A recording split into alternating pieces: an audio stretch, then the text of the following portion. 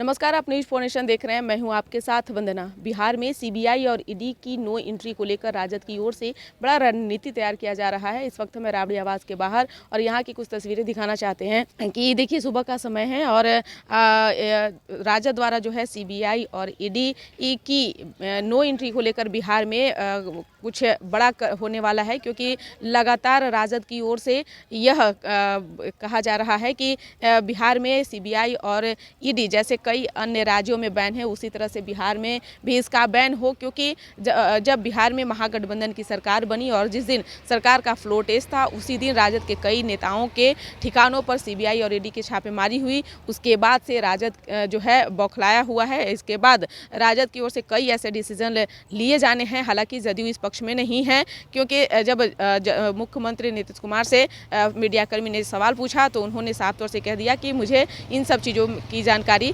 नहीं है। लेकिन अगर बात करें राजद की तो 1996 की बात है, जब लालू प्रसाद यादव सरकार में थे और उस दौरान सीबीआई की पहली बार एंट्री बिहार में हुई थी और लालू प्रसाद यादव जेल गए थे। उस दौरान मुख्यमंत्री के कुर्सी पर जो है राबड़ी देवी को स्थापित किया गया था। हालांकि लालू प्रसाद यादव जेल में रहे, लेकिन उस दौरान समाजवादी का नारा लगाया गया और फिर से एक बार सत्ता में वो सत्ता हासिल किए।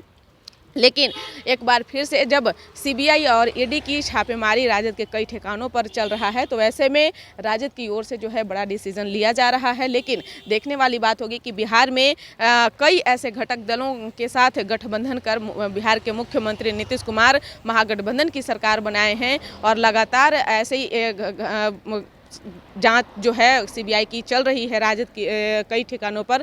तो क्या लगता है कि जिस तरह से सीबीआई और ईडी की जो भूमिका है, क्या आज राजद आगे क्या कुछ इस पर डिसीजन लेने वाला है? क्या सचमुच में बिहार में सीबीआई और ईडी को लेकर बैन लगाया जाएगा? ये तो देखने वाली बात होगी। लेकिन फिलहाल राबड़ी आवास के बाहर हम आपको दिखा रहे हैं कि जिस तरह से बिहार में मुख्यमंत्री नीतीश कुमार और डिप्टी सीएम तेजस्वी यादव बने, तब से राजद में जो है खुशी देखी जा रही है। लेकिन राबड़ी आवास में भी कार्यकर्ताओं का जो है हुजूम भी देखा जा रहा है। लेकिन यहाँ पे सवाल है कि सीबीआई और ईडी को लेकर जिस तरह से राजद में जो एक माहौल एक गुस्सा देखा जा रहा है, और क्या लगता है कि आगे भी राजद जो है इस पर खड़ा उतरेगा? क्योंकि कई नेताओं ने भी यह बयान में भी दे चुके हैं कि सीबीआई ईडी पर बैन लगनी चाहिए, बिहार में उसकी नो एंट्री होनी चाहिए। लेकिन कि इस बात की सहमति बन पाएगी बिहार में, ये तो देखने वाली बात होगी। लेकिन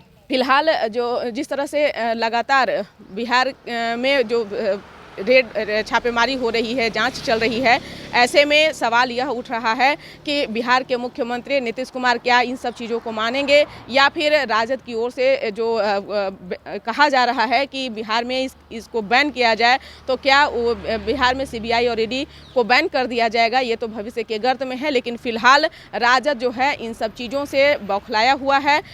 ख़ास तौर से अगर देखा जाए तो जिन नेताओं के घरों ठिकानों पर छापेमारी हुई है, जांच हुई है, उन नेताओं का तो भारी विरोध देखा ही जा रहा है। लेकिन साथ ही साथ तेजस्वी यादव जिस तरह से महागठबंधन की सरकार में हैं और लगातार इस तरीके की प्रक्रिया चल रही है, आगे क्या कुछ मोड़ लेता है, आगे क्या कुछ डिसीजन लिया जाता है, वो भी हम आप तक जरूर साझा करेंगे। इसको बस इतना ही। बने रहिए न्यूज फोनेशन के साथ। तब तक हमारे चैनल को सब्सक्राइब नहीं किए हैं तो कर लीजिए। धन्यवाद।